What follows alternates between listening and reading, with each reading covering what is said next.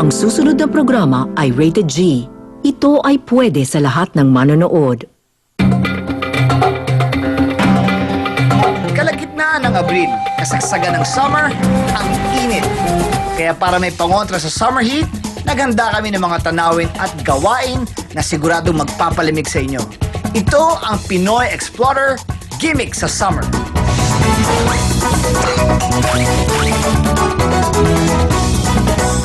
Pag summer, it's in to go out. Kaya mamasyal muna tayo. Nung Holy Week, yung iba sa atin namasyal sa simbahan o nagbisita iglesia. Sa atin, sa mga simbahan, bihira ang mga animals. Pero sa ibang lugar ng pagsamba, ang dami-daming mga hayop. At hindi lang yun, sila pa ang ginagawa ng templo.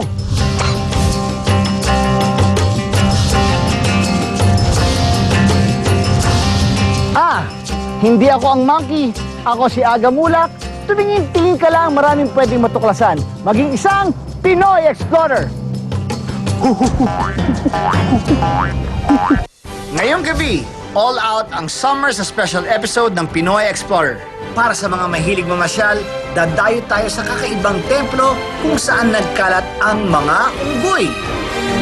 Sa mga mountain climber, makikita natin ang pinakamataas na bundok sa buong daigdig. Nakita nyo? Yan yung Mount Everest! 28,000 feet, top of the world! Sa mga trip mag-rides, sasakay tayo sa fastest roller coaster in the world. Sa mga gustong magpalamig, maglalaro tayo sa snow sa isang man-made ski park. At sa mga mahilig mag-swimming, magpapadulas tayo sa water slide na 90 meters ang taas. At lulublog din tayo sa teritoryo ng mga pating. Kompleto ang gimmick sa summer, dito lang sa Pinoy Explorer.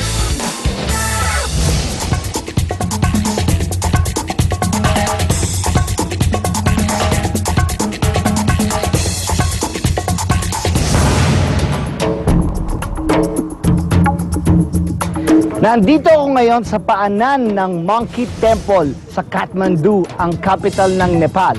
Ang tawag nila rito, Swayambunat. Tara! 1, 2, 3, 4, 5, 6, 7.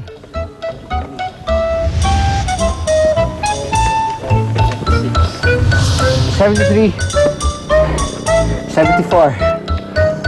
Okay. 101, 102, 103.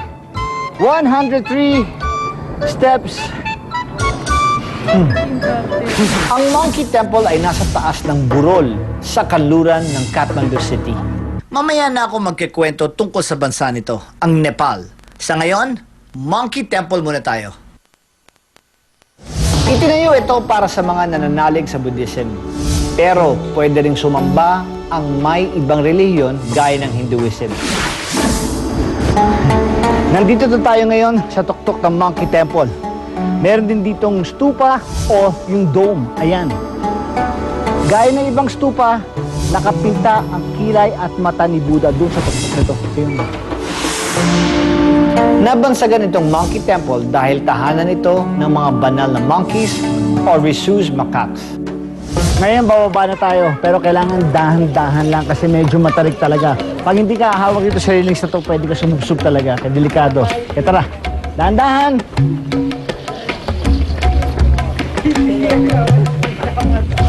They did not call this a Monkey Temple for nothing.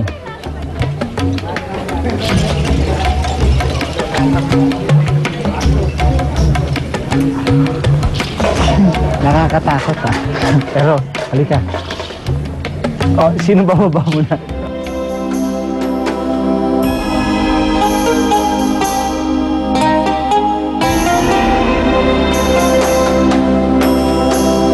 Malapit na tayo sa baba ng Monkey Temple pero hanggang dito, punong-puno pa rin ng mga unggoy.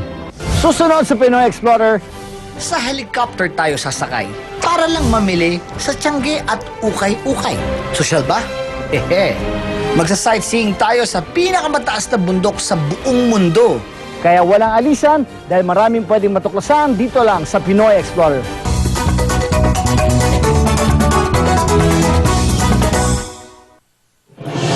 Pinoy Explorer is brought to you by